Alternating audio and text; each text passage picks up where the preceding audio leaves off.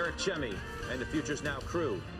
Join us now here. That's right, Scott. Oil prices off the session highs, but they're still up more than 1% today. Bob Iaccino, oil making a run back to $50. What levels are you looking at here in oil?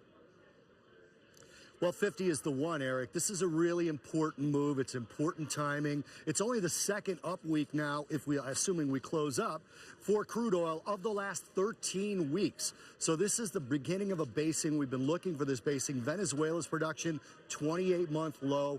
Saudi Arabia wants to do a big bang sort of early cut. They want to cut a lot in the beginning of this promised production cut. They're showing that in the export figures. So if we get the demand increase, like the potential demand increase we got from today's rally, positive news out of U.S. and China, this is good for crude oil longs. Jim Irio, are we going to see 40 before 60 or the other way around? What levels are you looking at?